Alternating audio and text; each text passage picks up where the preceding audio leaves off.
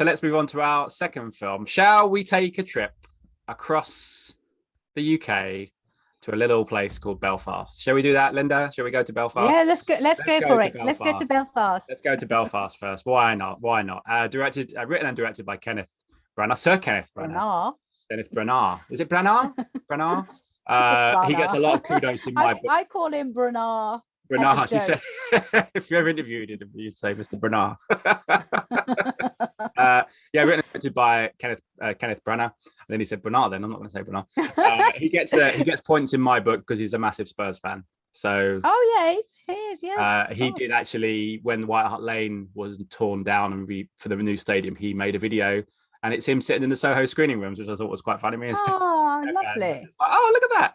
Anyway, Caitriona Balfe, Jamie Dornan, Ciarán Hinds, Dame Judi Dench, and the wonderful debut of Jude Hill, who is quite simply brilliant in this film.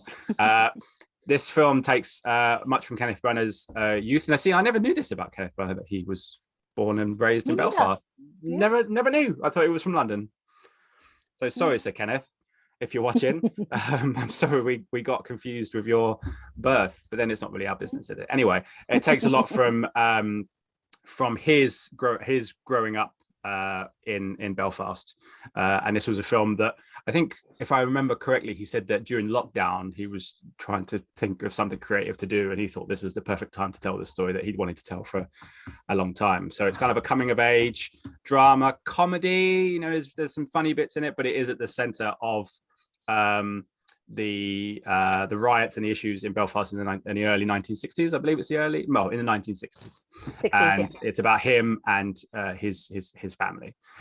So a lot of these actors are playing his real life mum and dad in a cinematic form, shall we say. This has been doing the rounds for a long time. I remember when the trailer first came out and people thought this might be the Green Book this year, in terms of not so much, I'm not a fan of Green Book, but the underdog kind of feel good film that might go and comforting, Oscars. It's comforting, particularly when it's been released, and it's been doing around since I think September last year. So it's finally coming out in the UK. I think it was released in the US last year, finally coming to the UK this Friday. Linda, have you seen it recently, or did you see it months ago? I have not seen it recently. I saw it.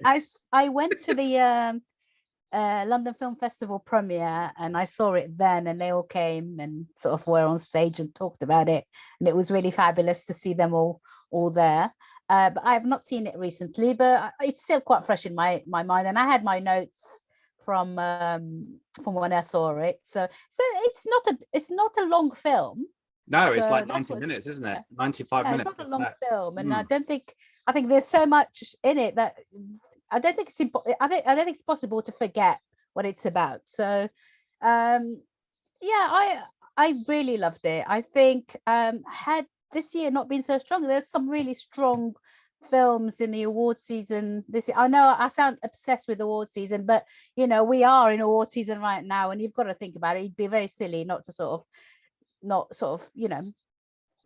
mention it here and there when you're reviewing all these films that are coming out. Mainly these movies are coming out at this time of the year because it's award season. So I think that it would have fared better had this year not been so strong film wise. You got like Power of the Dog, you got Licorice Pizza. I keep saying Mystic Pizza, Licorice Pizza. You've got all these movies that will definitely do better, but I really loved it. And I think you mentioned last week to me that Belfast didn't do so well in America, and I'm not entirely sure. Comparatively, yes, but it was one of those films that wasn't a huge wide release, I don't think, in that sense. It's a very not a limited audience, but it had a certain release in America, in terms of how many theaters it was showing. It wasn't in the 4,854 that Spider-Man was in, Lesbian, or that kind of thing, So, but also in terms of, it would probably play much, much better in the UK and obviously in Ireland because of what it's about. I think it's very much sometimes American stories don't translate over here. That's one of the reasons I think that The Eyes of Tammy Faye, that we'll come to in a couple of weeks when it actually comes out, has maybe not come out the same time, because it's a very American American story, and something that the UK doesn't not translate, but doesn't have the same impact that it would have in America, and vice versa with this. I think in the UK, and particularly who's in it and everything else, I think it will have a much bigger impact over here, which I would imagine is probably what they're hoping for, which I'd imagine will probably go down very, very well this weekend. I think it will be something that people go to. No, it is a lovely film.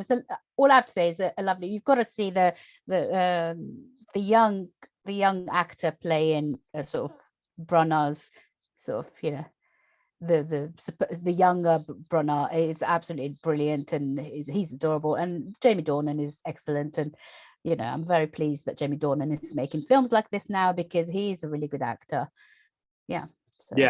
If you I will say this, by the time this goes up, you can go over to Hey You Guys and watch our interview with Ciarán Hinds and Jude Hill, which at the time of recording I haven't done yet, but by the time this goes up, you'll be able to watch it.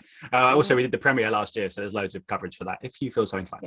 But I really liked it. I really liked it a lot. I can see why. It's one of those movies. I think I was must have been at the same screening as you, but sitting in a different place. You could just feel within sort of 20-30 minutes how it was impressing people, and how the kind of nature of it was rubbing off on people, and how the story is very, even though it's about a very specific, you know, part of his life, you can see that very much reflected into your own life, even if you weren't from Belfast. I mean, you can see a lot of reflections of your own life, which I think is why it connected so well with the audience in the screening at LFF. And you can see why. I mean, visually it's very, very good. It's in black and white. If you don't know that already, it's all shot in black. I was going to mention that about the black. It looks, I don't know if anyone has seen the Pavel Pawlikowski's Ida, or you know, it's very much like that. I think many people who worked on Belfast as well, so it's got that kind of same kind of feel, you know, sort of. But I thought it was a little more upbeat than Ida. You know, it had there's some shocking stuff that happens, but there's lots of optimism in it, and I think that's what I liked about it. There's a lot. The black and white cinematography is very, in recent times, Ida and Cold War with the Pavel Pawlikowski movies, but obviously there's a lot more that goes back into the sort of the 40s and 50s movies, particularly French movies. I think he mentioned, if I remember rightly, of how it's framed and how it's shot and all that kind of stuff. So it really helps you to kind of be immersed in this little tiny part of Belfast where all these things have. Essentially, it takes place on a street. It takes place on one street, essentially.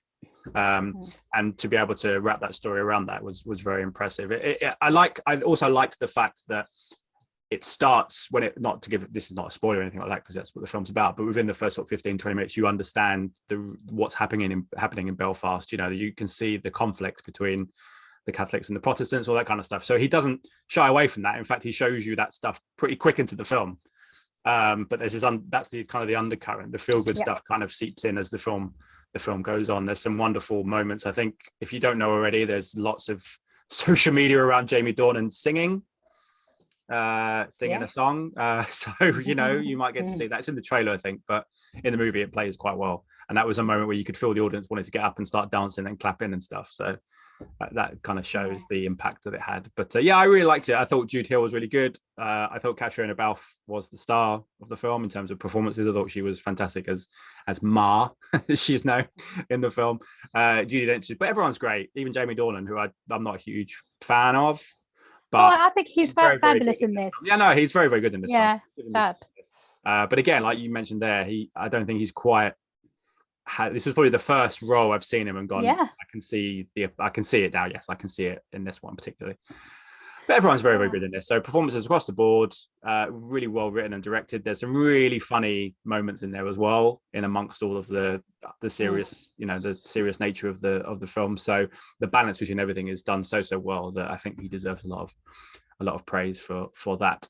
That is out in cinemas this Friday as well. It's a jam-packed week. Linda, what was your verdict? Should we do what we thought of it? So I was teetering on a 4 stars, so I will give it 4 stars.